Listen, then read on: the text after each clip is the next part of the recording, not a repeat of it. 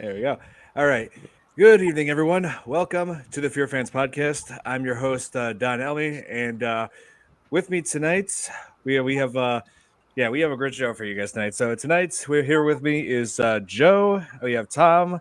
We have Dom, Nikki, and also from the from Tales from the podcast, we have Jeff. Yeah, we've been on. Me and Nick have been on this show recently, and we had such a great time on there. So I'm It's glad. great having you guys on there. Oh yes, it's glad to have you on here as well. You can't tell because you can't see it, but I'm right underneath him. He's not wearing any pants. It just hit me in the head. I swear to God. I mean, for podcasting, aren't pants optional? Yeah, well, yeah. That's a podcast teabag. Oh my God. Yeah. So tonight we're covering. It's been a while since we did a found footage movie, and a lot of people have wanted us to check this one out. This is one that I fondly remember from my teenage years, and it's Paranormal Activity. So released in 2000, it was made in 2007, but it got released in 2009. Yeah, this was like circulating through several film festivals. And finally got released theatrically worldwide, and it became a huge hit. Well, it started off as a budget of just 15 grand, and it made well over $100 million worldwide. So here, Santi, good to see you. Thanks for tuning in. Yes, we got some newcomers here with us, Santi. Yes. Hello, Thomas. Thanks for joining. Yeah, so yep. So like obviously this film is like one of the best like found footage movies of all time. That's what it's widely regarded as. So what did you guys like best about this one? Where do you want to start? Yeah, where do we start? Exactly. There's so much. This is like one of those the huge cult phenomenons that had a lot going for it back in the day. I'll throw in real quick. I think it was at the time when I think Taps and everybody was coming into play, Ghost Hunters, and everybody's watching Paranormal. I think it was a good idea to make this movie, knowing it was going to be fake. As far as they recreated everything that Taps and Ghost Hunter. Well, I don't know if they're the same thing. I think they're the same thing. What they're doing. We lost someone. Nikki. Oh, yeah. Over in Australia, she's got a bad connection. So, yeah. I'm gonna say right from the start, I can't stand the movie. But I think they played a really good role in horror movies because they took an aspect of what everybody was doing on Sci-Fi Channel and so forth, and was able to create a movie and made you. They built suspense the entire time. So when you create a film, suspense is the key.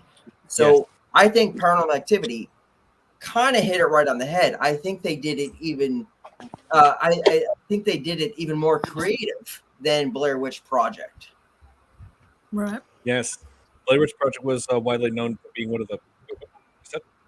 Sorry, something popped up. Anyway. Yeah, you can get that looked at, Yeah. Wow. Anyway, but yes, I totally agree with you. This was definitely on par with the Blair Witch Project. I remember that coming on theaters when I was very little, like wondering what is this movie. That was a contest, if I remember right. Yes, I remember all the hype around it, where they were making like the footage, like they were making it seem like it was real. That kids went out to that rock there, that coffin rock or whatever they called it, or whatever, I forget what that was called.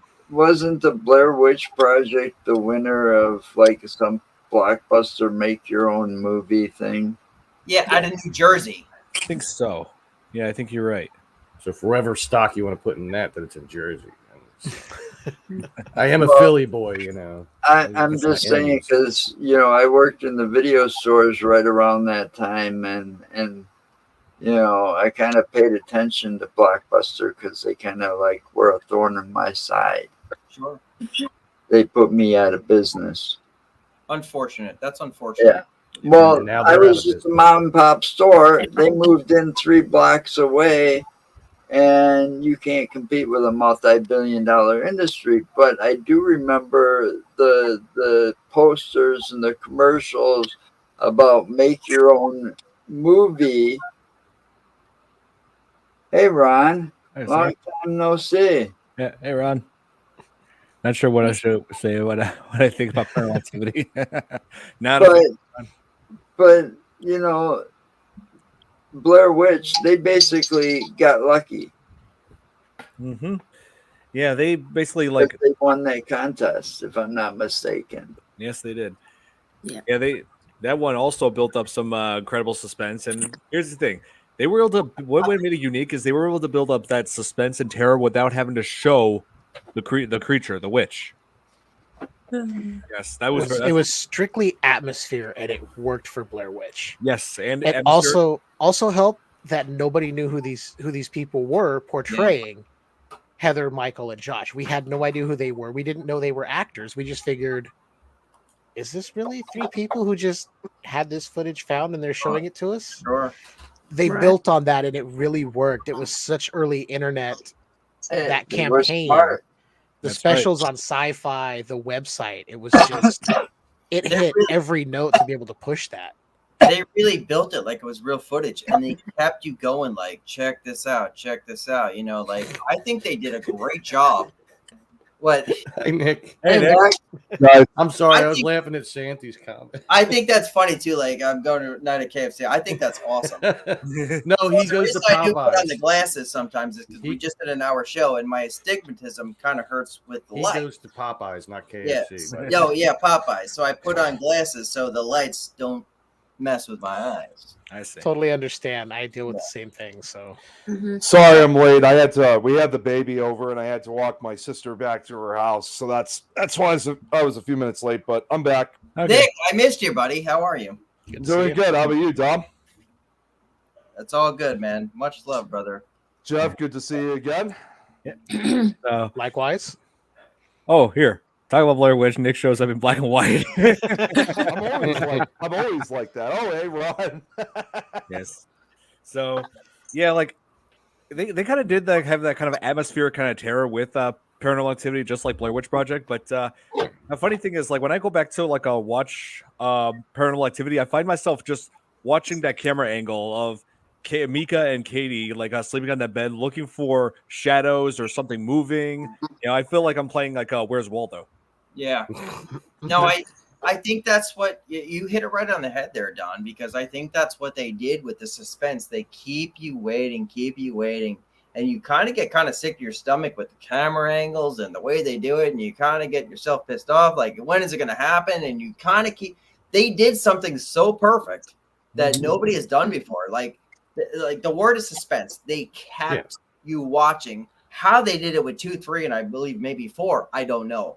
But was a slow build. They had hit that movie right on the head with keeping the audience involved. And I believe it because somebody said it before, everybody thought it was real. Like, oh shit, we're going to watch a movie. This could be real. Did they get real footage? At the end of the day, it's a movie. We fell for it, you know, like many movies do this now. They actually made the blueprint for making movies like this.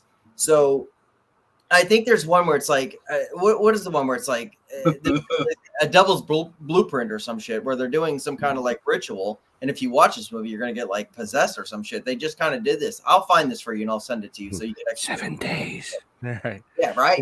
Yeah. So yeah, they had to have unknown actors for this, like people who the two were completely unknown to Hollywood or in the audience's eyes, because they felt like if they got celebrities in this, they would completely destroy believability, right? Sure. And I looked into the background of Katie, like of the actual actress for Katie, and turns out she was actually on Survivor, you know, that reality series. So she had to step down in order to be in this movie.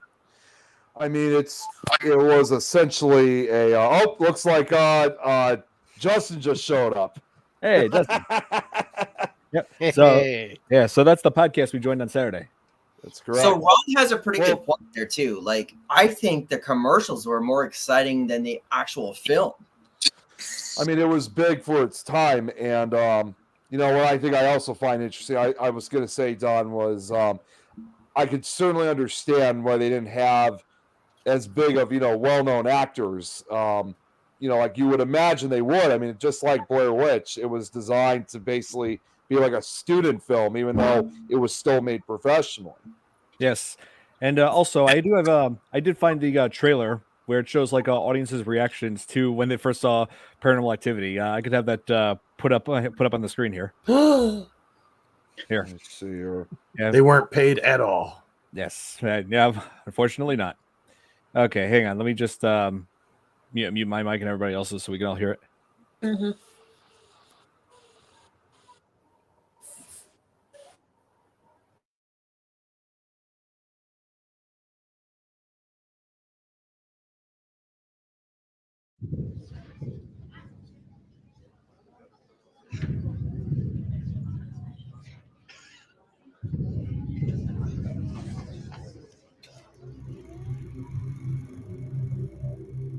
High def camera on. My girlfriend Katie, she thinks there's something in the house. I don't know. You believe me, right? I think we're gonna have a very interesting time capturing whatever paranormal phenomena is occurring or is not occurring. Windows are locked, doors are locked, alarm is on. Hearing a weird sound. Something's here. I feel it breathing on me. There's footsteps in, but there's no footsteps out. Oh, God. Oh, my God. If you do try to play games with it, that's inviting it in.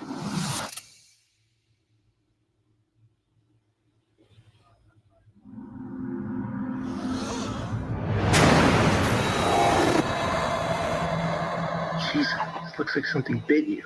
It's not the house. It's me. You cannot run from this, it will follow you. I'm in control. You're not in control. What's happening to me? This thing left a message. If it's not a ghost, what is it?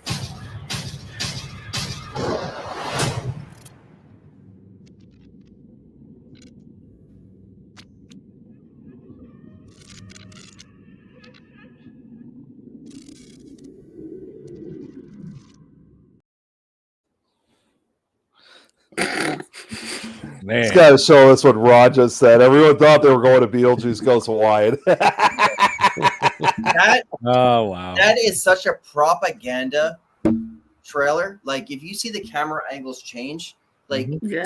they set that theater up for people to make those reactions because in the movie you don't act like that. Like they set that up for you to come watch it. Like there's no way. If you see the camera angle from afar, you see them from their face, you have to be right there. They set that all up, bro.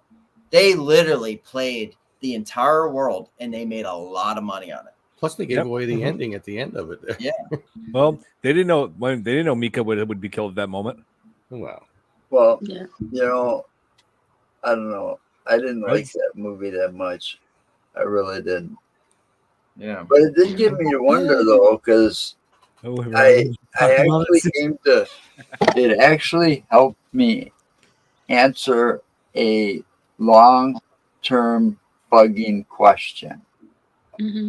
I don't want to say who or where it was, but there was a private at-home investigation we did.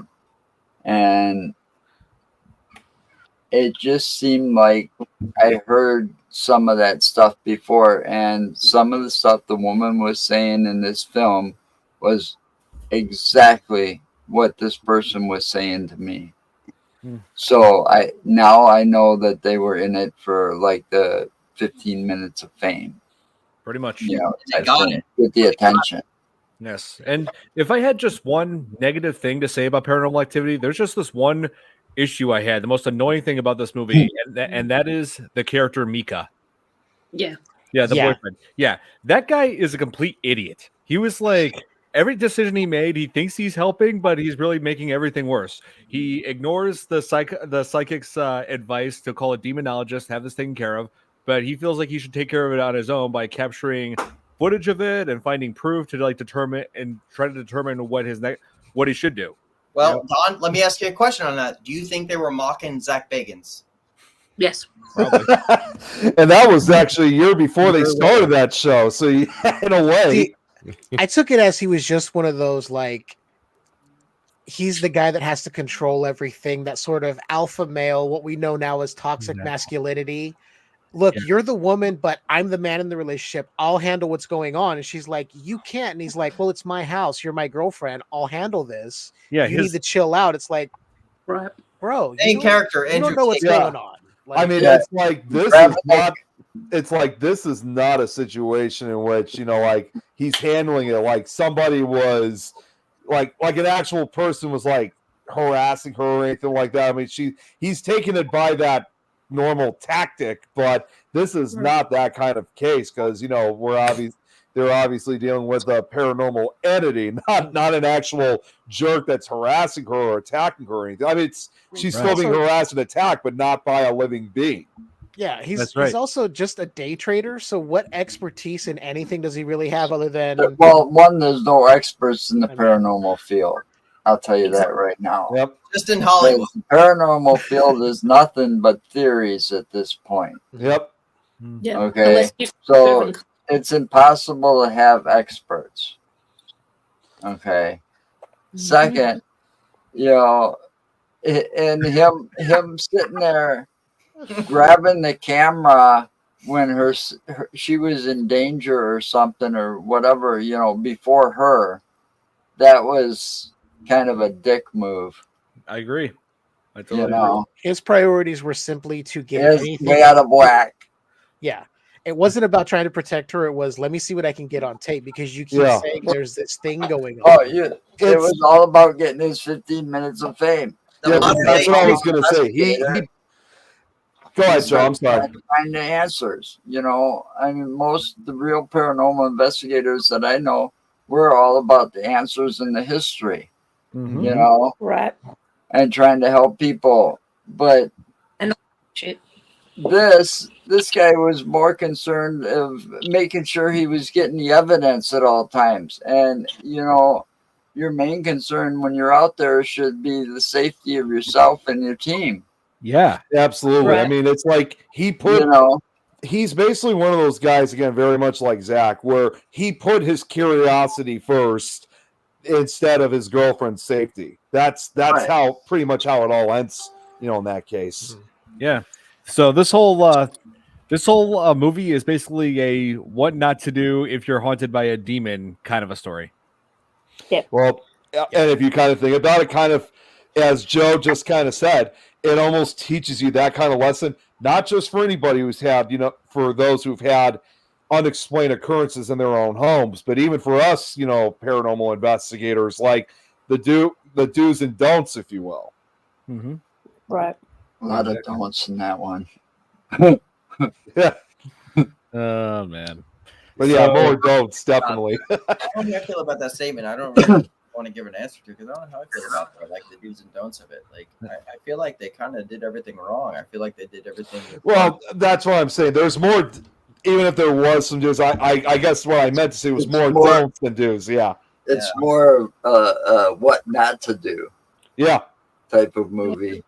Exactly. I mean, that was just all wrong. I mean, yeah, especially what's being done from Mika's part. I mean, he was like, he kept taunting this thing. He was bringing out a Ouija board, and see, I won't even ask for those. Yeah, I mean, those are all primary examples. And we hear this, we talk, I mean, I know we talk about it on a lot of podcasts, but it's even been said on some of even the modern day paranormal shows. One of the things you don't do at all whatsoever, whether it's demonic, human, or whatever, you don't provoke any type of paranormal entities because you're only making the situation worse. And that's basically, again, what Micah was doing. Well, yeah, we had, I mean, I try not to provoke anything when I go out, but unfortunately my partner, he likes to do that. And I've seen firsthand what can happen sometimes when you provoke. I mean, he provoked the stuff out at the school, the far school in Maxwell, Iowa. Jill. Hey, Jill. He had complete equipment failure. He couldn't even get it. He was even locked out of his laptop. Yep. Wow. And he gets home. When he finally gets home and leaves the school and gets home, because we couldn't find a hotel. This is what flying by the seat of your pants does you. We couldn't find a hotel booked that wasn't booked full for like 150 miles. Man.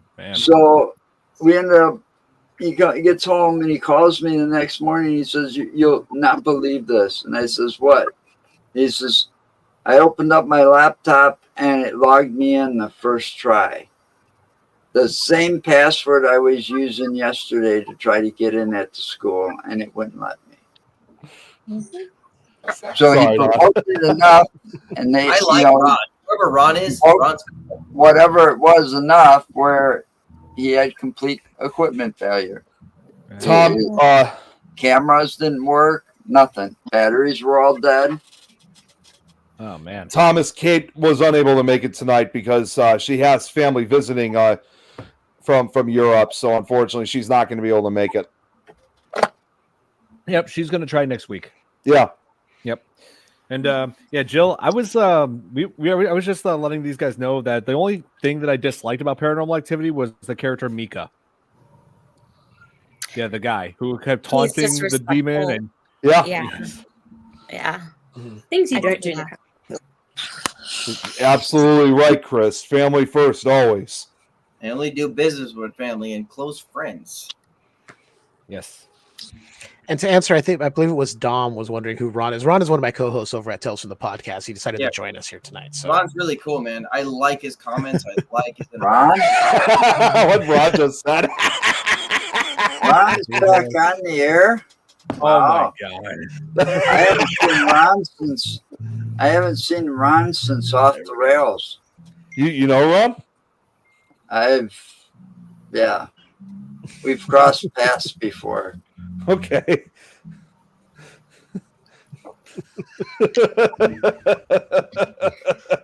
It's just a TV show where she comes on. Comment. What is Sandy saying right there? I don't understand that comment. Wait, which one?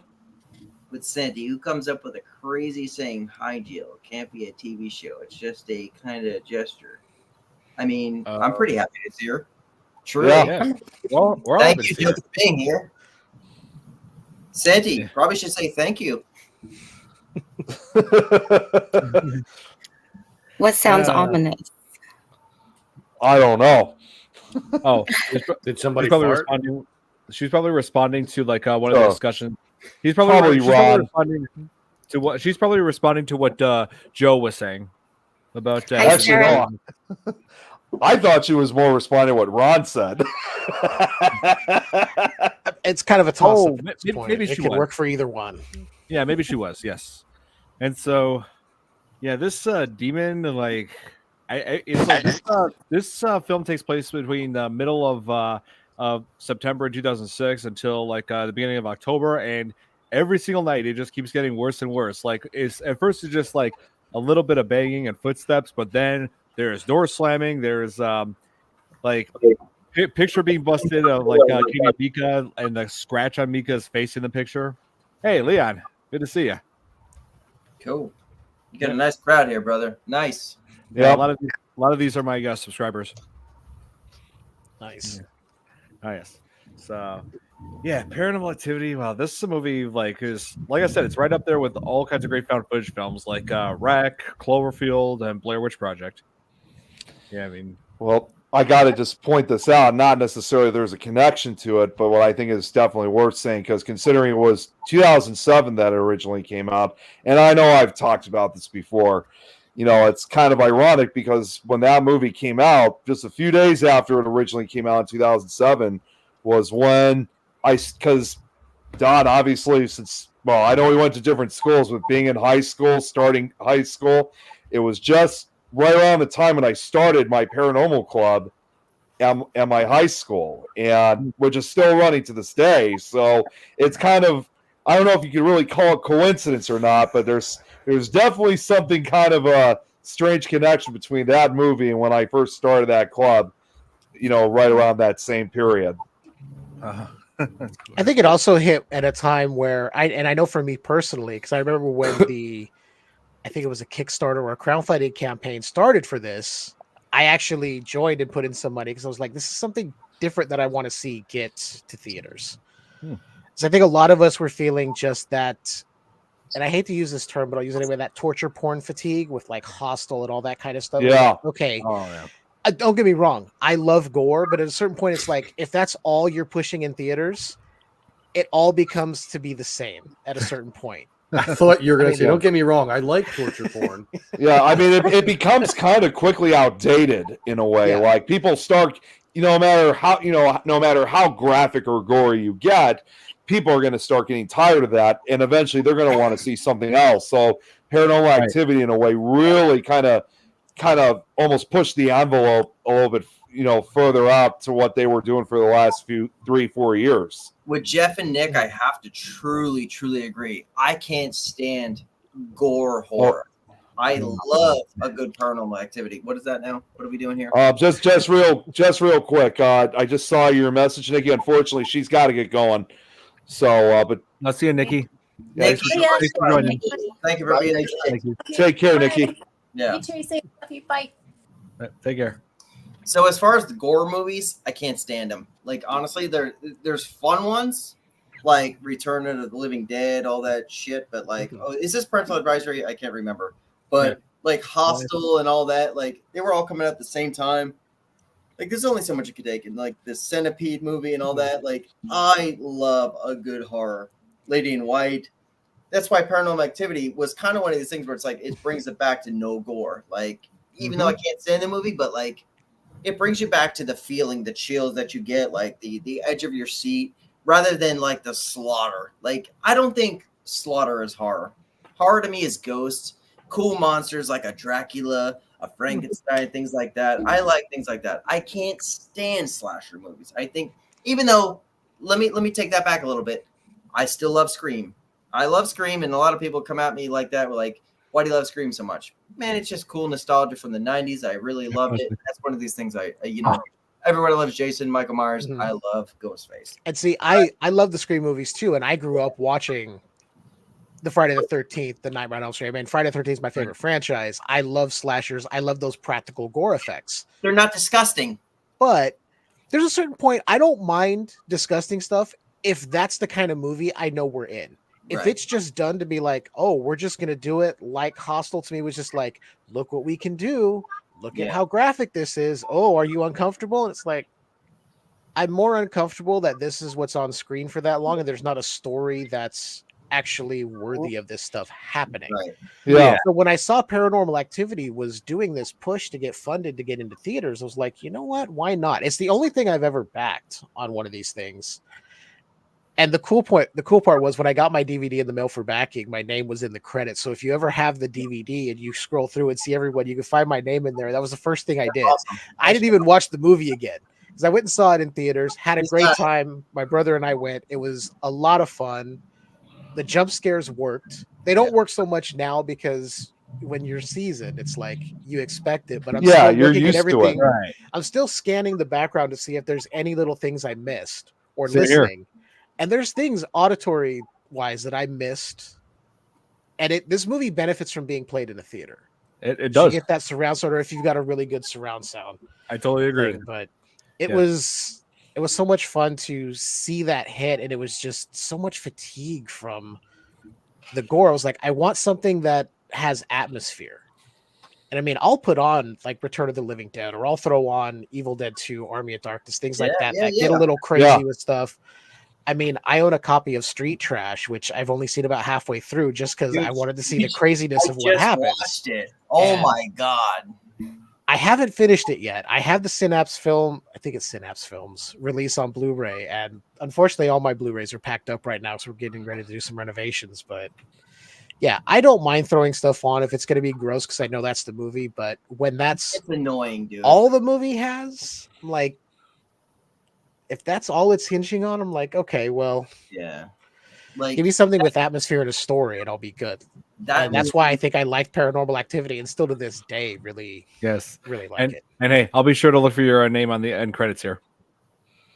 Same. Yes. Oh, here.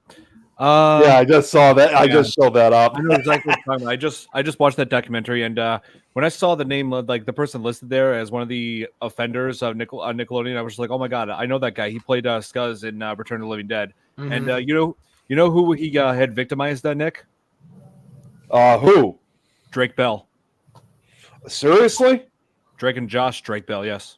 Holy, well, I know. I was gonna say I know who he is, but no way. Yes. Yeah. It's true. Jeez. After seeing that documentary, I'm very sure that I hate that guy. That I hate. I have hated him for years because I knew that something had happened and it got covered up, and I wasn't sure who it was until this documentary came out. So I have despised that guy for years. And when I watched More Brains, the documentary on Return of the Living Dead, I was angry the entire time because he's hosting it and narrating. I'm like, why? Yeah. Why is this guy Brian the one Peck. who chose to do it? Yeah. See, Brian Peck, that's his name.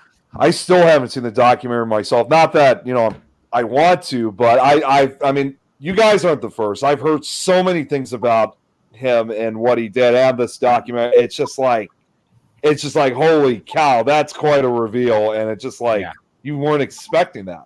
I mean, that's real life horror right there. Yeah. Oh, absolutely. If he's ever at a convention, I'm staying far away from that guy. And you mentioned The Evil Dead. This is like a little known fact. I don't think anybody here knows that, but that's my favorite horror franchise. I'm being sarcastic. Is it? Everybody here knows. Is it? Yes. I think he's. Something tells we me he's actually probably had the joking. opportunity to, and these guys know, and they've heard it a million times. We interviewed Betsy Baker and Teresa Tilly. Oh yeah, from the original Evil Dead. Nice. So, it was fun. Yeah, he made it. I was. That was a good imitator, Don. I love Nick's laugh. God damn it, that's why I love you, bro. You make Oh man. Joe's like a cobra waiting to strike down there at the bottom of the screen. Oh, no, I'm right above her. So, yeah, Joe, what do you have to say about Paranormal Activity? We want to hear from you.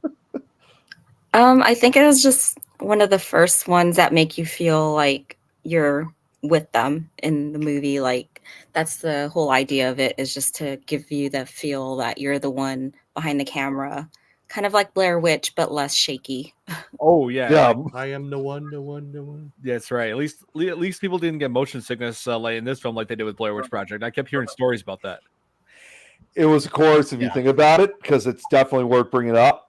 I mean, I know it was this again, 2007. I know it was the year when they started coming out, but at that time, most people didn't have them then. Understandably. Of course, what's more amazing, at least they actually were using like cameras instead of just their iPhones and stuff or Androids for their footage. I can't watch that shaky footage. I literally get sick. When I told you guys my astigmatism hits and I gotta wear glasses, I can't watch that shit. Yep, next guy. Serial killer bitch. What are you talking about, Sarah? That laugh. I think it's the laugh. I think it was the laugh. Oh, she's joking, Nick. I figured. I know he is. Basement that I apparently have to see one day, Nick. We have to talk about this tomorrow. This wasn't your resume, okay? Lauren's here. Hey, Lauren. Thanks for tuning in. Yes. See, now Nick wants to show you his casting couch. Yeah. Oh, He doesn't even have glasses on. Uh-oh. No, I never have. Never. Yeah, so let's talk about that Ouija board scene. Like Mika promised Katie that he would never get a Ouija board, but here's the thing. This is what I hate about Mika. He never listens to Katie. He just does whatever he wants, no matter how anybody feels about it. And once he got the Ouija board and they left the house, not even a minute later, like you could see like plants move, like the plant moving, and you see the, what is that called, that on the Ouija board, that dial thing, whatever that is, the cursor, the pointer, planchette, the cursor, just moving slowly around, and then there's a fire, and this thing is like drawing, like it's just burning. Breathe, Nick. Yeah, breathe. Chill, man. Deep breath. Yeah, I know. Sorry, Rod's killing me here. The code to get in is 8675309. Jenny. Jenny. For a video. Oh, Nick. Sandy, look at Sunday saying. Okay, what kind of an idea is that? You can't resume a video chat to do a podcast. Otherwise, Nick would be job hunting. No comment on that. That's hilarious. Going back to the Ouija board real quick. Not to. Oh The yeah. thing that oh, bugs me. Chris said that to me. Yeah. The thing that bugs me most about that is she goes, "Don't buy a Ouija board." Basically telling him, "Don't bring one in the house at all." Yeah. And he brings one in, and she goes, "I told you." He goes, "Well, I didn't buy it. I borrowed it." Even better. She That, just that also exploded explains- on it. I must have missed that part. Right. She lost it at that moment. Like, Yeah, she's like, "I told you." He goes, "Well, I didn't buy it. I borrowed it." I Oh, was like- she is pissed. It's like, Oh, if I yeah. told my wife that, she would have taken that Ouija board Yeah. and cracked it over my head. yeah. Or possibly done worse. I don't know. Oh yeah, totally. Just hope it's Parker well, Brothers. you know and what? Cardboard. Devil's in the detail. What a great scene. I still remember I still remember this was probably the closest you can get to like a real life interaction like that over an Ouija board. And this was actually, in my opinion, one of the better paranormal shows from like over a decade ago, although the last season or so wasn't as good. You guys remember that series Paranormal Witness, right? On the Sci-Fi Channel? You guys remember that show? Yeah. There was an episode which ironically enough took place here in Chicago back in the 70s. A couple was living in Chicago. They were being haunted by, these different entities that were haunting this house. And you guys might know what I'm talking about. The husband, the husband's sister decided to move in with them because it was also supposedly the first nationalized broadcast, like televised broadcast of an exorcism that occurred in the early 70s. But she moves in and she's like all thrilled living in this haunted house. And she and her friends, they end up buying an Ouija board to try to contact what's at this house, which was said to have belonged previously to this, was said to be a very shady, negative family. And when the wife finds out about that they're using a Ouija board, that obviously got her very concerned. So she told her husband. When he found out that his sister had an Ouija board, he just like flew into this floor. He grabbed the Ouija board. He just tore it, folded it, like just everything you could think, crushed it. I mean, and he threatened, you do that again, you're getting the hell out of this house. Yeah. And it was obvious, like even back, because this was like in 1970, 1971. Even back then, for a guy like him, he took this very seriously. And even back then, it was certainly no joke for some people. Right. I get it. There's an A and B conversation we could do here, and I think we should save it for another show. But I buy Ouija boards from all over the world, and I buy them from different times of the world, and I own them. How I feel about Ouija boards is completely different. There's the horseshit experience, and then the experiences that I've had that are maybe. So I don't know how I feel about Ouija boards anymore. Yeah, I don't have a Ouija board. I'm not sure if I'll ever own one. Nick disappeared. Oh, Nick has vanished. He went to the futon in the basement. Yeah, he's getting it ready for you. Nick disappeared. Who's next? He's getting his Ouija board. Yep. And his knee pads. Yeah. He's getting the Ouija board? I think so. So I'm not allowed to have them where I stay in. Like they don't want them in the house. So in different spots. He's in the upside down. Oh, there he's back. The upside. I went to the upside down one week. I was about to say, yeah, good to have you. Good that you found your way out of there. Yeah, it's not surprising, but I came to get this. I don't actually use it, but I do have one. But this is actually over 20 years old because it's not surprising. But it was originally a birthday gift from my sister back when she was like 9 or 10 years old. Obviously, back then we didn't know what an Ouija board was. So, but I've kept it ever since. But I've never used it. But it's still. That's awesome. I'll even show it quickly. The 1950s. I'm going to send you a picture tomorrow, and I'll share it with you guys. 1950, and it's absolutely gorgeous. I'll just show. I mean, even now, it's spot. still in relatively good shape too. Oh. Parker Brothers, gorgeous. Yeah. Planchette is also still in good shape too. So it's essentially become, even though I don't use it, it's essentially become a time capsule of itself. When I do a Ouija session or whatever it may be, I use a shot glass. I don't use the anymore. Yeah, Nikki, I looks like Nikki's still watching. Yeah, Nikki, I don't use it. I just only keep it just for I just keep it basically because there's nowhere else for me to get. And this was still back in the day when they were selling these things at Toys R Us. Yeah, Parker Brothers. You should do a Ouija board session and ask the ghost if they thought the activity was great. Man. I think I'm good. And then Besides, I don't and want we to will have it have taken over paranormal the show. Well, and I totally respect also, because I know there are a lot of investigators like myself, Joe. I'm assuming, but like Nikki, of course, we don't use them, and I totally understand. Others who want to use them because people are saying. Before, I used to always think they were always dangerous, but I've been told now that apparently there's ways you can use them. As long as you use them correctly, it's not a danger. But for me, I just don't use them. Yeah. Just don't use it as a coaster because then your drink will start moving all over the place. Yeah, that's true. Yeah, it's essentially more as a memento from the past, if anything else. You'll get the spirit drunk. That's probably you, Tom. No, spirits get me drunk. I don't get spirits drunk. Oh, Santi. Here, I'm going to put this away. Oh, 300 Jesse did. Oh, yeah, that's right. He did do a video on that. Don't use a Ouija board after 3 a.m. witching hour. Spirits with spirits. I like that. I don't know. I think the Ouija board is for who the tools, however you want to work the tools, man. I don't know how to explain that. You're gonna work the tools. Yeah. Would you ever own a Ouija board, Jill? I haven't yet. Oh, fuck. So.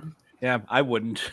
I mean, I've seen them sell them at Spirit of Halloween every year. Like we get those Spirit of Halloween stores here in Chicago, and yeah, like I see them on display. I just don't buy them. I just run over and grab whatever Halloween decorations I would like. Cool. Yeah.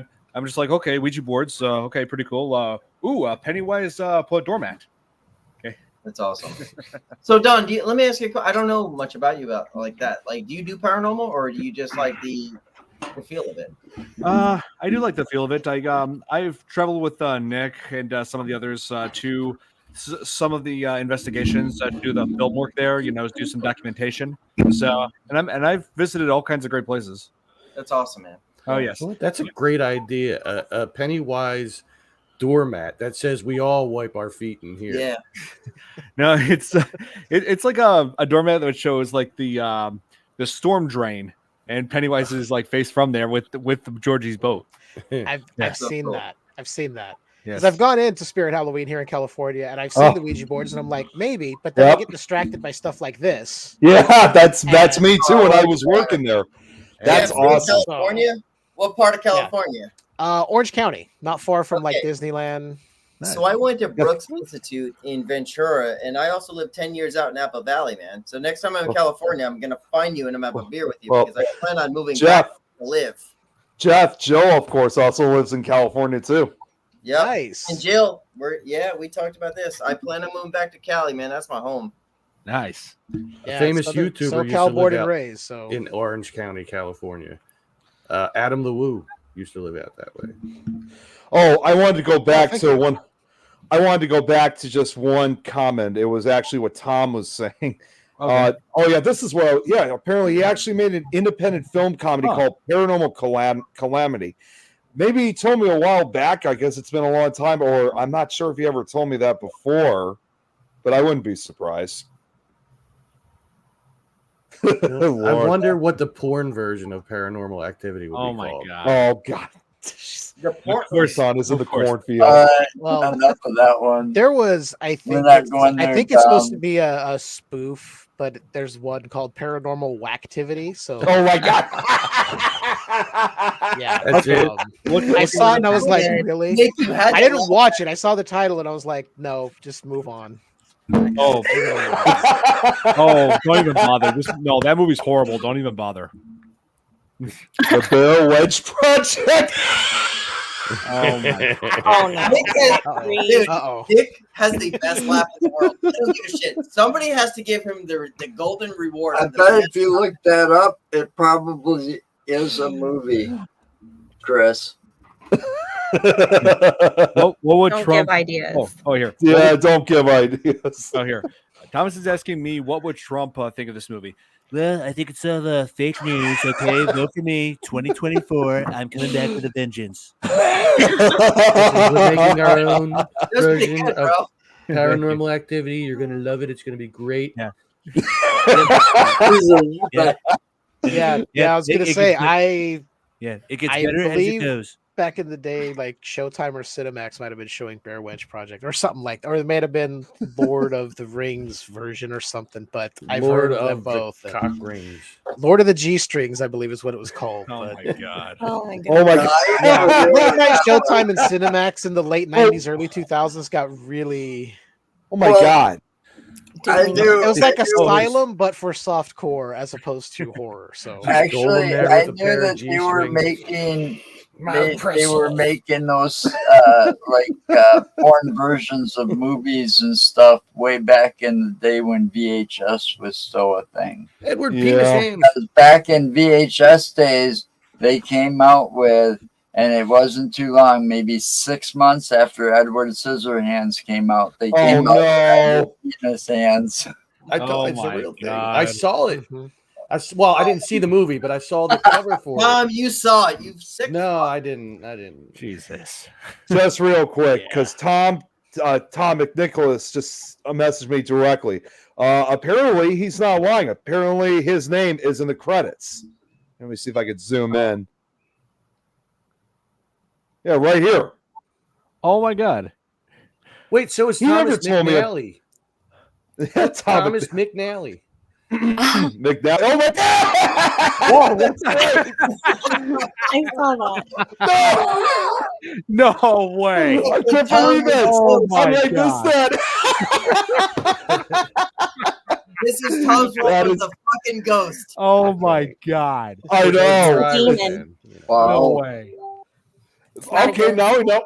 Now we know basically how this is Tom's world all originally started. Yep, that was his world. Oh my god. Yeah, Okay. but no, Tom McNicholas never told me about that then. Yeah. Oh man. Now I wish I was on because we would have dueling Donalds. Yep, there would be Dunn and there'd be Donald Trump. That's pretty good at it, man. Yeah. Holy shit. Or Oh. no, Donald. Wait, no, Donald J. Trump. Okay, I need to. Everybody needs to say the middle part. I love it. It has a nice ring to it. I don't even know what it stands for. When he pulls the mouth to the side, too, you know he's got the voice. It does. Fuck. No way. Oh, jump through a window. Take everybody off here and let Don and Tom argue as Donald Trump about I don't even Oh, know. wow. I can't. Mine isn't as good. for a as good his. minute. Just everybody time it a good minute, back and forth. Oh my god. I wouldn't even know where to go with it, man. Don't back But- out now. But my Trump is not as good. By it's Oh, he could do Trump. Oh wait. Ron Yeah, said he could Ron- do Donald Trump. Oh, okay. I misunderstood at first. Okay. Ron does a pretty damn good Trump. Okay. I would love to okay, know. so now it's gonna have to be. You guys are both like, it's like right here, Yeah. like I just realized what it could be. It could be Ron. It could be Don, Ron, and Tom. I'll just I can come in with the pickle Rick. Yeah. You know what? You guys are both freaking stupid. You know that? I mean, nobody even cares anymore. I mean, really. You be the MC, Tom, as Pickle Rick, and then let them duel it out as Dons. It's just passed So- out in the corner.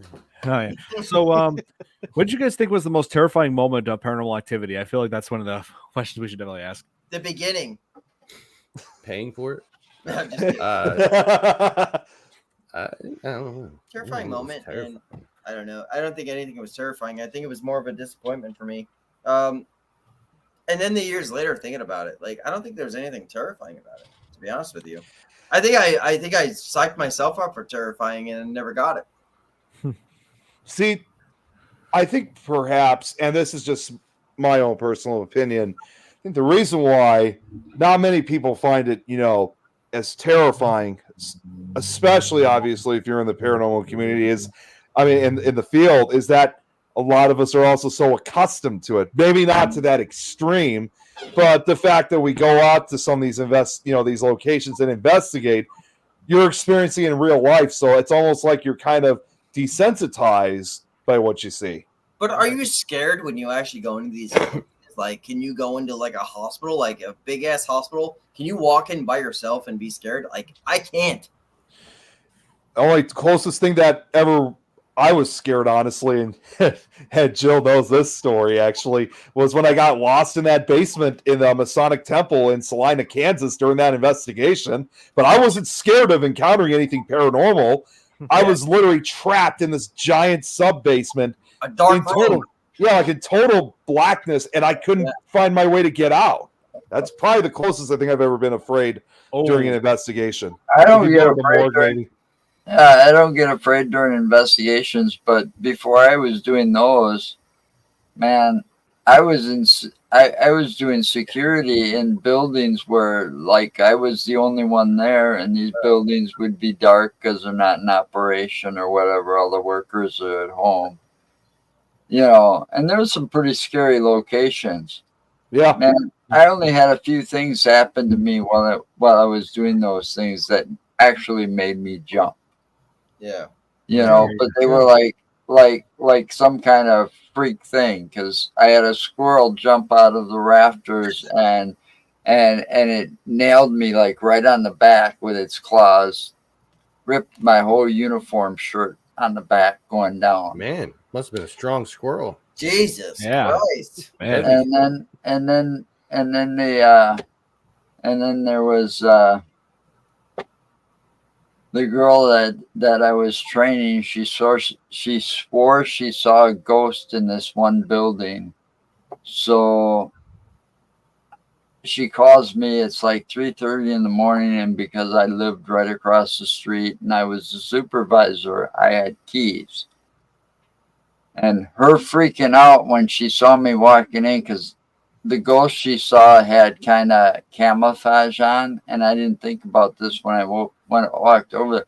I just had a t-shirt on, and it was a camo t-shirt. So when I got up to where she was, she just like totally freaked out, and that freaked me out because I didn't expect her to freak. Because she knew I was coming. I told her I was on my way.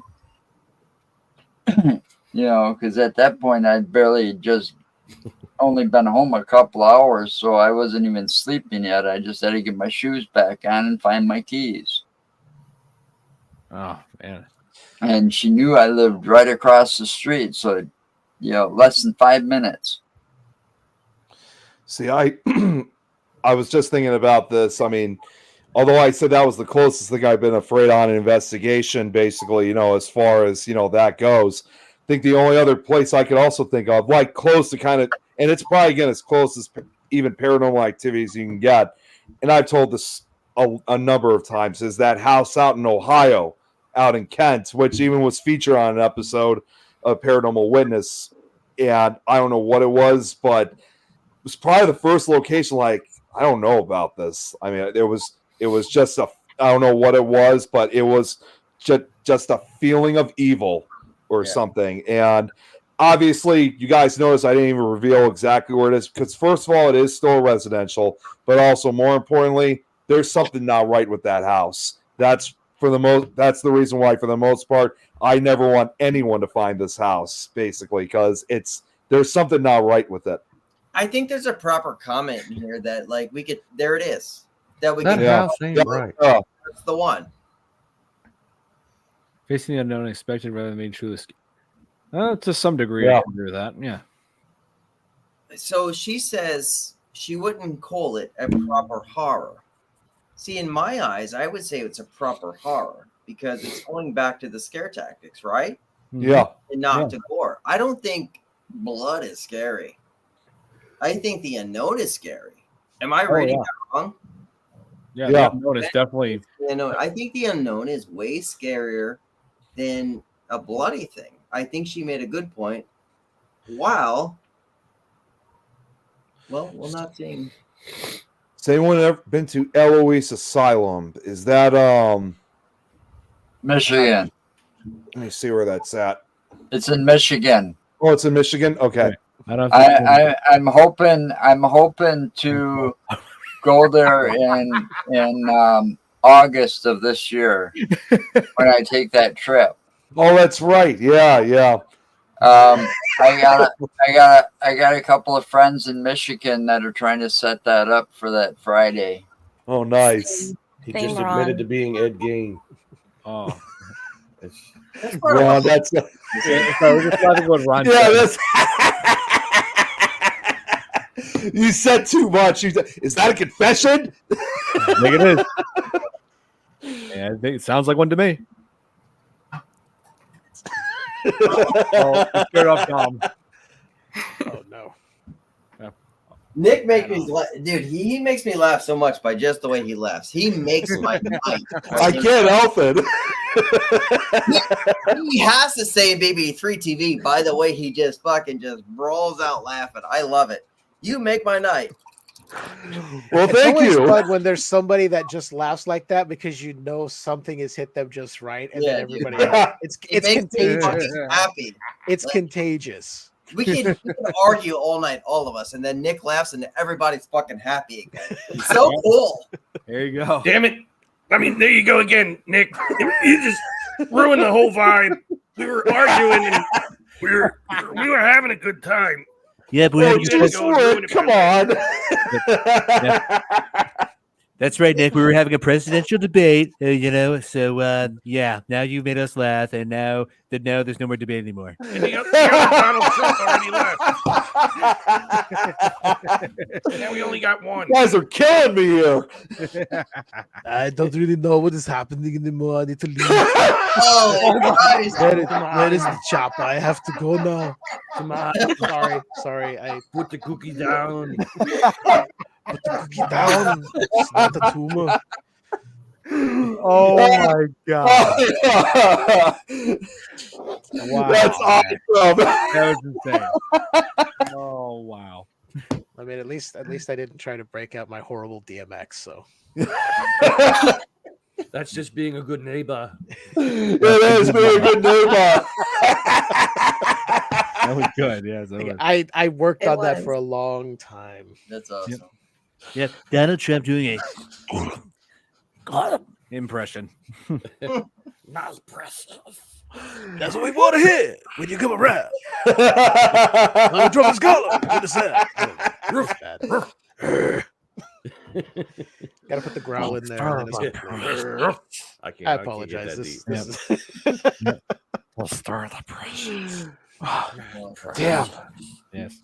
Okay, they were killing. We killed Nick enough. Yeah, I'm sweating. I'm sweating right now. Oh man. Oh, and so like with each night in this film, you know that notice that a whole lot of the paranormal activity takes place around 3 a.m. Yeah. Oh, jeez, Ron. Oh Jesus. Hey, what's up, Chanel? Hey, Chanel. Hi, Chanel. Chanel, what's happening? yes. My Good God. to see you. Oh, here. Here. Oh my God. There. Oh. Ken Jeong, yes, I remember him.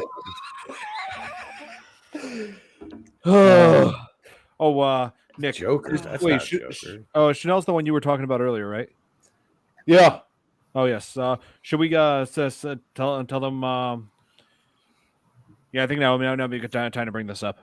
Uh-oh. Oh, wait, what? Oh, What you no, said no, before. no. That's Chantel I'm talking about, not Oh, Chanel. okay. Oh, Chanel. No. Oh, sorry, I got the names. Yeah. I'm sorry. I apologize. We'll explain later. Yes. Uh-oh. Uh-oh. What are we selling? Fucking perfume now? No, No. it's Used something underwear. different. Yeah, it's something very different. Okay. Yeah. And so, now for something completely different. yes. And Well, I that just- was awkward. yeah. So I hated how Mika just constantly ignoring Katie, making everything worse. And like by the time Katie decides, you know what, I'm going to take charge. I'm going to call the demonologist. The demonologist has gone out of state. They're gone. Said thanks to their one solution, their one most probable solution to the problem is gone thanks to Mika. Yeah. It's just he had every chance, but not the demonologist I'm talking about. I'm talking about Micah, and he just again, this is like what I said earlier. He put his curiosity first before anything else. Right. Shitbag. His decisions basically was what got him killed. And also, what you guys kept saying about the alternate ending? Yeah, there were several different endings that were decided for this film. Like we were stuck with the original ending here, where I think Mika's that was body very just cheap. where Mika's body just flies into the room. Katie approaches the camera and then has a demonic face in the very end. I think that was cheap. I think that was Yeah. very cheap. They should have done them all at the end, like how they did at the end of Clue. Like that could have happened that way, but So I think this question goes deeper, more deep, whatever. I don't think there should be an alternate ending. If you make a film, I think you should fucking end it and enjoy it, and don't make like a 50-50 decision of what it should have been. I don't even well, check out this alternate ending to where you like my movie better. No, Right. motherfucker, you wrote the story, you made the movie, you enjoy it, and you put it out there. That alternate ending shit is bullshit. Well- and for you to put like 5 or 6 out there, no way, man. That means you're not comfortable with your movie. if there's like a couple, I mean, how that could happen is when they make the movie and they show it to the test audience. If the ending doesn't jive well with the test audience, they might ask them for what they would like to have seen for the ending, and then they'll change it. You know what I mean? No, they don't change it. You get to just watch the movie. I think it's just bullshit. Like when you get that $1 million and say, "This is what we're making here," that's your ending, bro. Like you didn't have the guts enough to say, "This is the ending I want." Now we have 5 alternate endings to sell a DVD for the person to watch this movie to watch 5 different views of how we should have watched the movie. Like I think they did in Rocky, where maybe Rocky dies and shit like that. No way, man. No way. I don't want to What die. you put in theaters is what you got, and you agreed to that shit. Right. That's your ending. Well, I just yeah, want to keep like fighting. yeah, here's like what the alternate ending was. For like Chris said, that she just comes back up the stairs, locks the door, and then cuts her own throat, killing herself. But there was another alternate ending that was never filmed, which involved Katie beating Mika to death with a camera. Like you just see that just like hitting his face. Yeah, They didn't film it, but it actually happened. That's why we haven't seen him do anything else after this. Well, yeah. But, my favorite alternate ending of all time, I think, is from Little Shop of Horrors, which is actually has the original ending from the play. But the thing is, they showed that original ending, which is how it ended in the play, right? Where Audrey 2 like basically wins and then takes over the world. But the test audience didn't like it. They didn't like to see the main characters being killed, even though, but so they had to change the ending. So, see, the only closest thing that I could think of for a scene like that of like being the camera, and this was a few years later, and I think it was 2010, and there was another found footage movie. Was the I think it was The Last Exorcism or something like that. No, I think it was. I think that's what it was. It was another found footage movie. There's a scene. It's not the end of the movie, but it's during the film where the possessed person. It's not an easy scene to watch. I think it's obviously not real, but still beating a pet or something with the camera or something like that. But I actually haven't seen it since it originally came out back in 2010. So that scene has kind of been lost to me. That's because you did it. Nobody knows what you're talking about. You did it. I remember. I vaguely remember what you're talking about. I've only seen the movie once. I remember enjoying it, but that scene. I remember there was that scene that was like, ooh, that's a tough it one to was. watch. Yeah, it's we don't want to see it animals was get hurt. Let's hurt people. Come on. Yeah, it's it was The Last Exorcism. That's what it was. Yeah, and I think as far as for Paranormal Activity, while I don't like the demonic face at the end, I think it could have ended with her just walking in the room. Yeah, and maybe just knocking the camera over, like I'm done with this, whatever. I think her walking in and slitting her throat in that alternate ending kind of goes the opposite way of what the movie was, because there was no blood, there was no gore. The only blood we ever saw was when she had the crucifix in her hand. Yeah. And just from the way she was holding it, it like cut her hand a little. So to have her walk in and cut her throat, and I've seen that ending, I'm like, that doesn't fit the vibe of this movie. No. It doesn't. And movie. This was a atmospheric tension thriller type horror paranormal Perfect movie. words. Perfect words. Atmospheric. And the other thing too is that I think the demonic face was kind of an unnecessary move to make it scary, because sometimes if you think about it, and I know this kind of is more associated with the slasher films, but still, I'll say it anyway, is that sometimes the scariest being of all is just a normal human being. It doesn't have to be a demonic figure. In fact, George Romero once said this in an interview, and although it's more associated with zombies, what he said was, because the reality is it takes place in a suburban neighborhood and nobody really knows what's going on. George Romero once said the monsters more than anything else are the neighbors, and to him the scariest thing of them all is the neighbors. I mean, you look at real life history and you look at guys, like BTK or Gacy, but these are guys who were just walking through regular neighborhoods doing this stuff, and nobody knew. It was always, well, he was always such a nice guy to me. He was so quiet. It's like, oh yeah, there's a reason. Yeah, you never know what goes on behind those walls. Even Dahmer they were talking like Dahmer about like that, his neighbors. Oh yeah, neighbor. But how can you live in that same apartment building and not smell the smell? Exactly. So do you guys ever think about how big China is, right? Oh. So all we hear about is like fucking Amityville and all these shithole haunted places, right? And these buildings stack on top of buildings on buildings there. Right. Why do we hear about all these haunted places and these apartments and shit? Why do we hear about the same shit all the time? It's like regurgitated bullshit that we keep hearing, like all over the world now. So think about how big China is. We're not hearing any of these ghost stories from 75 feet up or whatever it may be in all these places. Why are we just hearing the same shit? Like, what is it? This Pennsylvania? They don't talk about it. Yeah, it's it's crazy. So, what is the deal here? Why are we spending money going to these places, giving these people, so much money to go tour there when the place is not even haunted? Everybody who goes in there gets the same shit over and over and over again, right? Right. Criminal activity. They hit something here where it's like, where they're trying to show you that it's kind of all the same shit. They're kind of making fun of you. And they made a lot of money on you by making that movie. Do you guys see the point I'm trying to make there? You're absolutely right. I can agree. Yes. Well, and it's a way, like you said earlier, it's like a precursor almost to like what Zach Bagans would eventually do. So, maybe not immediately, because like I've always said, the first few seasons of that show were good, but when he started changing and started going down that path, that's when I started hating him. And that basically is kind of like a continued mockery of what we're supposed to originally be about. Yeah, I think we forget how big the world is. Yeah, in these little small spaces that we live in, and haunted experience that everybody has, and we fall into these little crevices of what's sold to us, rather than hearing the real paranormal shit.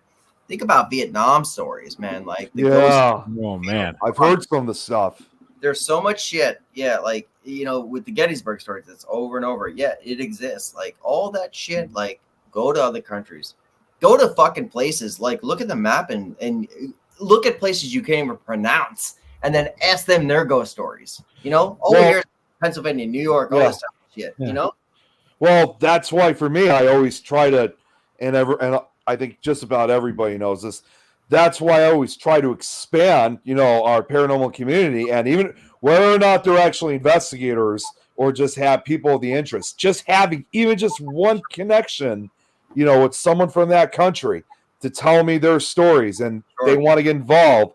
It's something really special because you're crossing paths with people that you would never even think twice or imagine you'd even find people who have interest in the field. One of my little secrets to when I ghost investigate. The world is the universe, and not everything is in English. Learn a different language. Learn some things to find something somewhere elsewhere. Like everything. Like, it was a great comment. This is Brittany, bitch. I saw that comment. Everything is in different languages all over the world. You could find spirits. You could find things if you just don't put yourself in that corner of like, yeah, everyone speaks English. Not everyone's in the same square space. Like the studio I'm in right now is probably the size of somebody's fucking house. Paranormal Activity: The Lost Soul. I didn't know there was a video game on it. A video game? What does it do? Just scaring you the entire time? What are you? What are you? A security camera? Gonna look that up right now. That's what I'm gonna do. America is uncensored. We have freedom of speech and belief. Yeah, It's like the Pixar light, except you're a camera and you just. Mm-hmm. Yep, apparently Paranormal Activity, The Lost. Oh my God, it's even on Steam. Let me look it up. Uh-oh. And, yeah, I just looked it up, and it says here. Listen now, we don't do Steam no more. I removed that once. I'm not gonna do it again. What the hell? We were having a good game of golf, damn it! Yeah, man. That's bullshit. I wasn't invited. Yeah, you know, I were practiced up too, so beware. I've been practicing. This is crazy. It's a okay. So the original story based on the mythology of the massively popular Paranormal Activity film franchise. Armed with a battery-hungry flashlight, you find yourself exploring what appears to be a quiet, average-looking home in a woodsy neighborhood. Before long, you discover you're not alone as you discover the clues, unraveling the horrifying mystery of what's gone on in this house, and struggle to survive the terror that hunts you. For an even more terrifying experience, switch to the highly popular VR mode, which immerses you in the environment using minimum room scale combined with our immersive movement roleplay system. After the tutorial, you're on your own. Zero on-screen directions and HUD in your face. You're never taken out of the immersion. It sounds no different than that game Phasmophobia. Yeah. I feel like I'm not alone. I can hear things in the distance. Before I forget this question, oh my God, do you think Paranormal Activity was a positive thing for the paranormal like area, or do you think it was hurting? Like honestly, do you think it was something positive to put out to the paranormal community, or did this movie make fun of everything? Like I have like mixed feelings about this.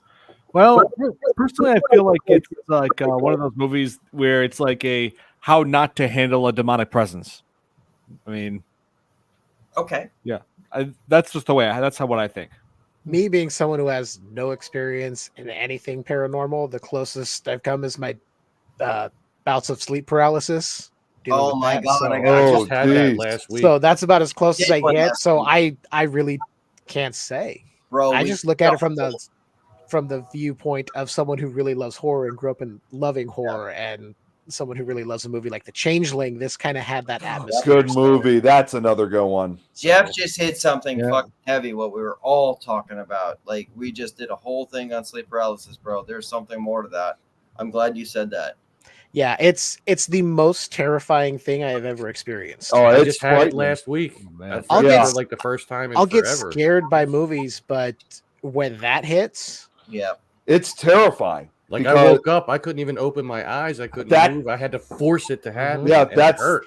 That happened to me too a couple years ago. I mean, apparently, I know it sounds kind of ridiculous, but they say that there is a way to kind of basically break yourself from the sleep paralysis. Apparently, you got to move your. I slam my neck. I'm afraid to break my fucking neck when I'm sleeping. Well, the simplest way, I know this sounds ridiculous. It's this talk about apparently if you have the strength to like move your toes or something, it breaks the paralysis, and that's exactly what happened to me. And it literally felt like as if something was sitting on my chest. And when I moved my toes around, that's when I kind of set myself. Yeah, I kind of set myself free from that. But man, like you, Jeff, I was filled with pure, like literally pure terror within me. I've dealt with this since I was a kid, and I never told anyone, my parents or anyone, because I was like, okay, maybe it's all here, and I don't need to be seen as a crazy person. No. And it wasn't until years later that I started getting into podcasts. Yeah, and then numbers of people. So let me throw my little. I was like, oh, this fucking apnea shit right here. I think that's the fucking like doctors' move to make money on you. I think there's more to sleep apnea within the paranormal universe than you ever have to think, because you go into a sleep state, you go into stages of the sleep where you see people, you know things, you feel a different aspect of life, and I don't know how to explain it, but I think apnea is something. Yes, I think people do choke and shit like that. There's something like to it, but I feel like apnea is more of a paranormal thing. I really, really, truly feel like, because when you go into that sleep state, it feel like you're open to everything that's around you. And when you paranormal investigate, you open yourself up to many, many doors. As a kid, I never had sleep apnea. I was growing up, learning paranormal. I've had more sleep apnea, more shit I'm opening my doors to. I really feel like I've done it to myself. Well, shit. And you make a good point because, I mean, I'm no psychologist, but it's no wonder why people often associate like sleep apnea or paralysis to the paranormal stuff, especially sleep paralysis. It's often attributed to ghostly visitations, alien abductions, demonic possession, and shadow people. And truth be told, and much like in Paranormal Activity, Don, and I'm actually going to remind you of a scene from that movie. There's even instances when even people are suffering sleep paralysis. And Jeff, I don't know if you experienced this, when you've been having it. People sometimes also get the sense of being dragged out of bed by an unseen force. And, if it's, while it poses no threat, it can certainly truly be a terrifying experience. Yeah, I've never had that feeling. The worst I've had is the absolute terror of something just getting closer and seeing just dark figure, closer. Yes. Yeah, that's what I have. There was one time, whatever this thing is, looked like my wife, and that freaked me out the most. Man, because I knew it wasn't her, and I'm like, this is something messing with my head. So. Yeah, that was the most terrified I've ever been. So that's the closest thing I can say that I've ever experienced to a paranormal thing. Because even growing up, as a kid, I'm like, I don't believe in ghosts, I don't believe in that. And now it's like, well, I deal with this, so maybe there's more to it than what I know. Yeah, I come to the point that I don't really believe in a lot of paranormal anymore. But like, go ahead, Dom. Go ahead. I just I come from paranormal, and like I'm moving further and further away from it, like, to be honest with you, because I see how people work and how they do the same bullshit over and over again, the same evidence, the same shit. And I say this all the time, and I'm going to stop saying it soon within the next month.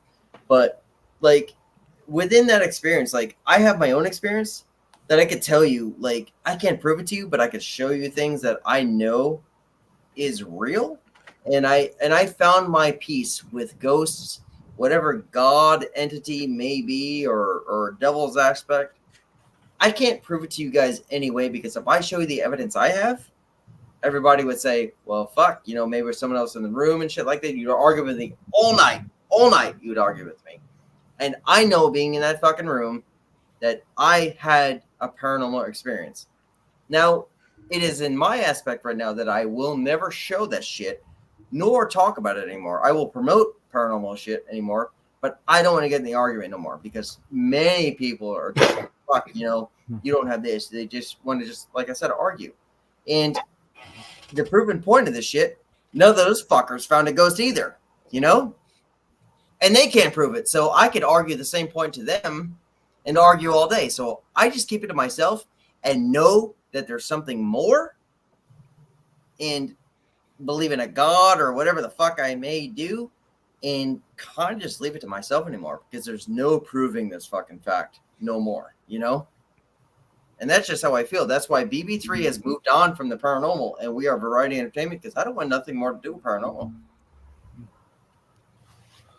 Get that? Yeah, and like I know I have friends who have said they've seen things, experienced things.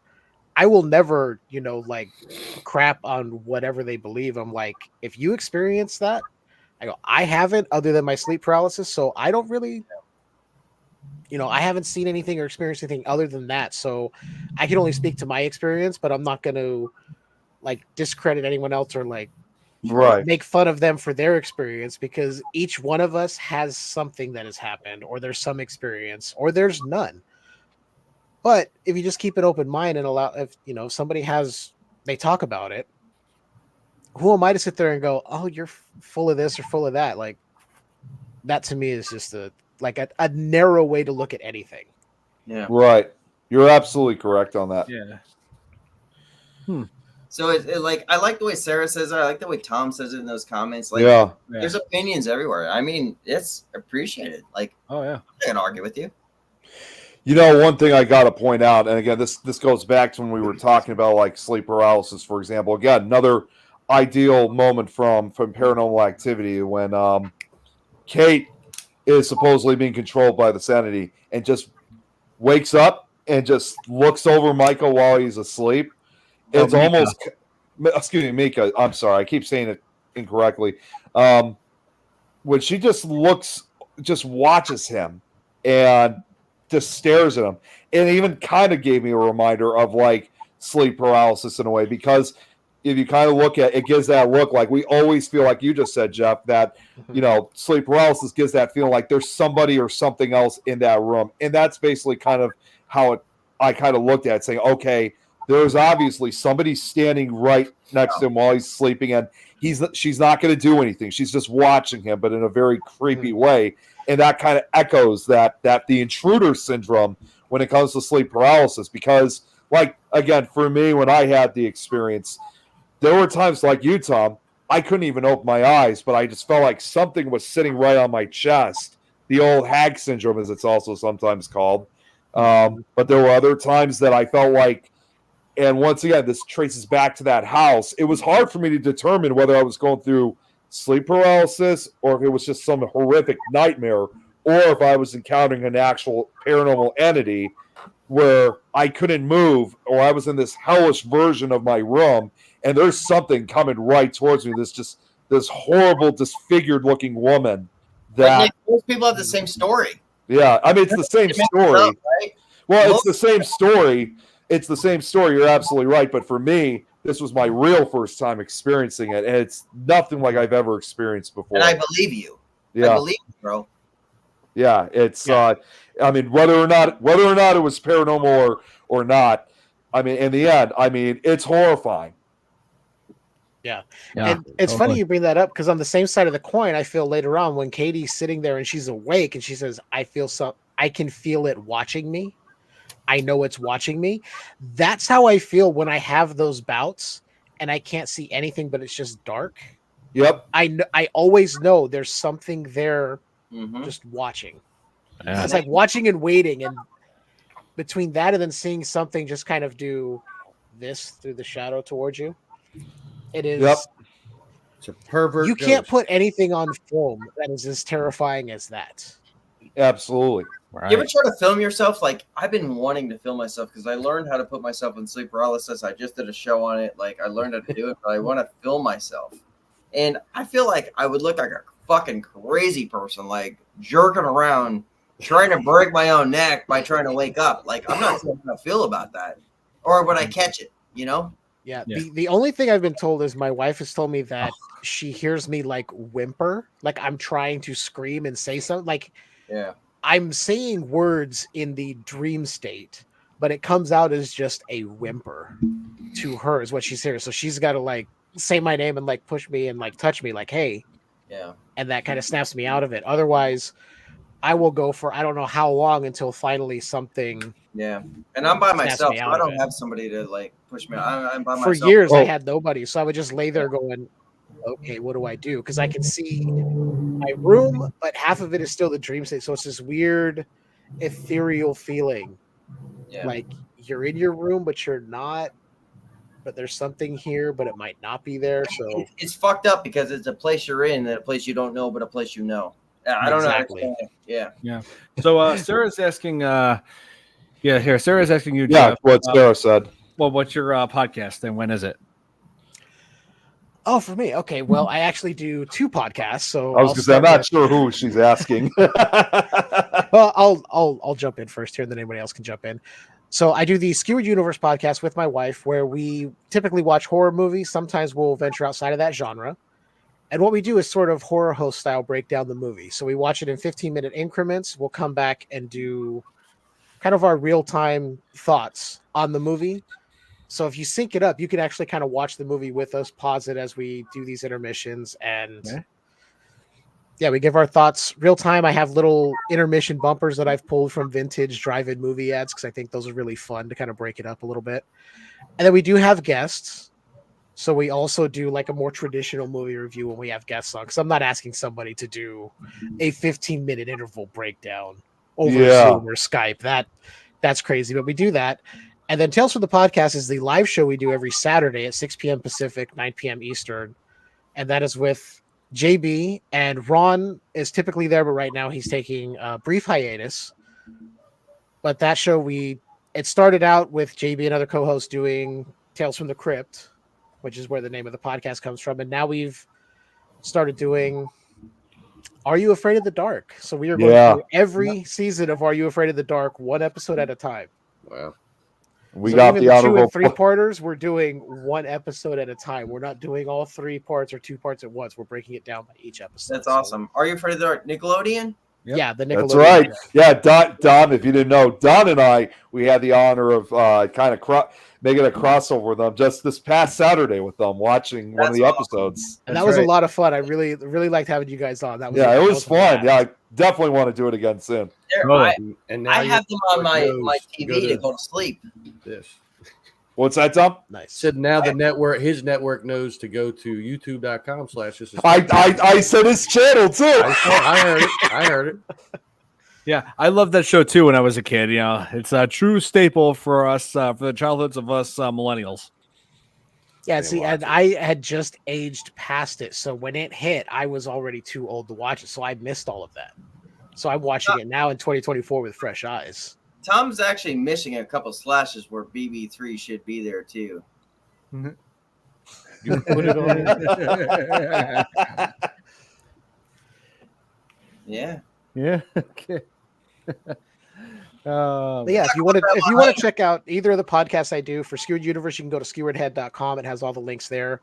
Or you can go over to talesfromthepodcast.com for Tales from the Podcast. Have links for everything we do there. And my co-host Ron does have a comic. If anyone's interested in like Sin City style, but it's about a grilled cheese sandwich, you can go to sandwichcomic.com and check that out. As well. Support him. Sorry, I wanted to get that in before I forgot. Hey, you're good. You're good. So I'm done now plugging all my stuff. That's what she said. Hey now. Are we all plugging right now? We're all just plugging? Is that what we're doing? Yeah. Pretty much. Yeah. So I just want to add in like Nick Millet and Tom is right there. The simplest way I could put it, BB3 TV, we are variety entertainment. Find your show that you like and enjoy it. Like, share, follow, subscribe, and most importantly, enjoy. Oh, yeah. There is one other thing I want to point out. Don, I think this would be a good time to say it too. Yes. It's actually a rather serious matter. First off, did any of you guys see when I made Jenny from Ireland, did any of you guys see her latest post that she made earlier today? Did anyone see that? Okay, so here's my next question. You guys remember, like, I know she hasn't been on any of our shows, but she's a frequent viewer. Chantel Raidman from South Africa. You guys know what I'm talking about? She just went through a really terrible ordeal. She's in the hospital right now. Wow. She, unfortunately, was, just to put it in a simple description, she was shot by 3 armed men while getting a food order. She's going to be okay. She's in the hospital. Jenny told me recently that she is starting to walk again.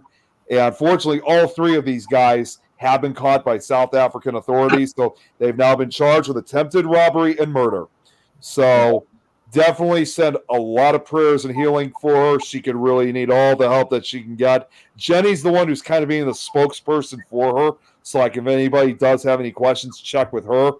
I sent a voicemail to her to Jenny earlier. I'm still going to, even though Chantel won't be on her phone for a while, I think she would still appreciate if you sent a message to her because, again, she went through a really terrible ordeal. So our thoughts and prayers go out to Chantel, and hopefully she makes a full recovery from this. But like I said, I'm just glad I don't really talk this way, but I'm just glad they caught the bastards that did this.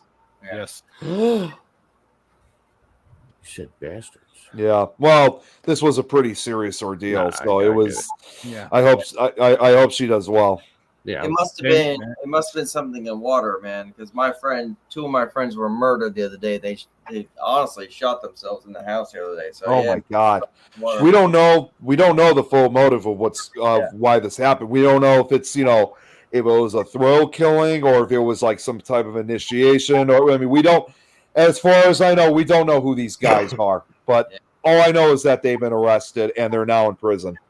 Life is tough. You never know when you're gonna lose, man. You never know. Some friends in the day. Hey, that's the truth, man. I saw that earlier this morning, and when I was at work, and when I saw that, I mean, it just stopped me dead in my tracks. Scared the hell out of me when I heard about this. On my Facebook, I rarely post about when I lose friends because I lost a lot of friends this year. Like when my friend got shut up on Saturday, I didn't post nothing on Facebook because like it's not my place to get the comments to say I'm so sorry. You know what I mean? Like I don't post that. Like I'm not looking for attention. I'm gonna miss my friend. You know what I mean? Like you don't know how to deal with that shit, but like it's been a really fucked up like couple months and shit. Like it's just one of these things. So you know it is what it is.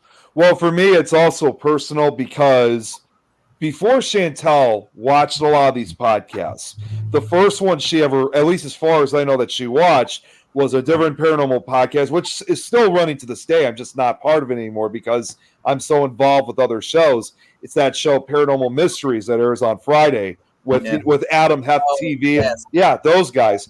As far as I know, we were probably the first podcast that caught her attention. And then after, when she started watching our show and she started learning more about who we were and the other network and the other shows that we were a part of, that's when she began expanding. So essentially, our show, and for myself, we're kind of I'm pretty much one of the OGs for her. So that's why it's very personal. You know, someone who has spread her interest into our shows, whether it's paranormal or not.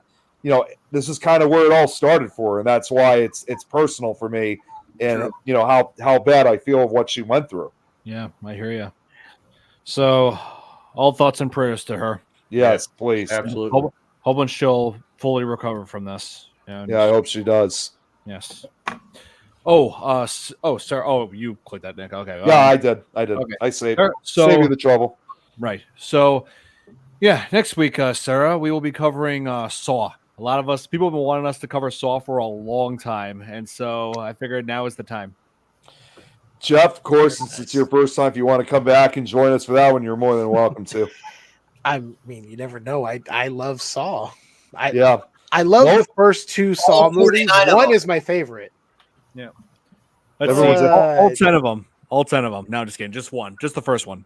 For now. Oh, hey, Bob. Hey, haven't seen you here in a while. Bob Burnell. Wow. I haven't seen that. It's been a long time. Good to see you here.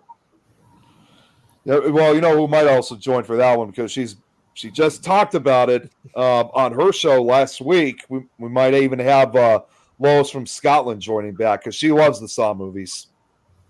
Yeah, I would love to have her back on this. Yeah, I find myself putting that first one on at least a couple times a year. Just even, I don't know what it is about it. It's just something was done right with that. Something very unique. You're talking about that next week. Let's leave it alone. Yeah, we'll save it. Right. Oh, Sarah just said she just followed your podcast, Jeff. All right.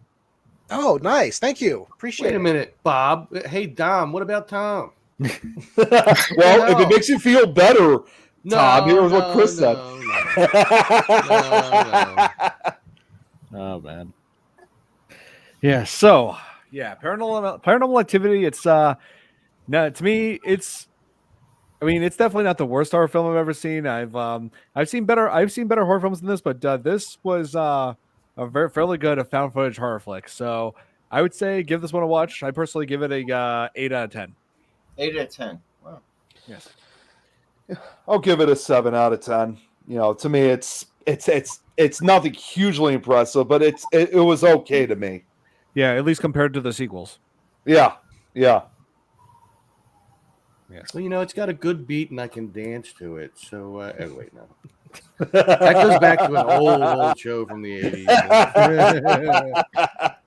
Oh, man. I give it a 10 out of 10 as far as cinema and the way they were able to sell it. But I give it a 0 out of 10 as far as me ever want to watch it again. That's quite a rating, Chris. That's quite 7 point something out of 10. That's quite an imaginary. That's some thinking. Actually, no, wait. Yeah, I actually would give it a 7.5 because I just remember that Mika if we had a lot less than of him, I would give it an 8 out of 10. Can you guys all watch it again? Like literally, can you sit and watch the movie again and really enjoy it? I actually watched it earlier today, and I had a good time watching it. But it's not for any of like the scares or anything. It's just it's kind of a nostalgia thing because it's one of the last movies my brother and I got to see in the theater before he passed in 2009. Oh, I understand that. Yeah, I think it holds something close to me, the fact that we That's a went big and thing. saw it, and then we both kind of talk trash to each other about you got scared of this part, or you jumped this part. But Jeff, that changes the game, man. Like you weren't watching it to watch a movie; you were there with your brother. That's now. You know what I mean? Yeah. That changes the game. Yeah. So for me, there's a nostalgia factor, and I get nostalgic intent a lot of our views on a lot of Absolutely. things. We all suffer from that. Do I enjoy it as a horror film anymore?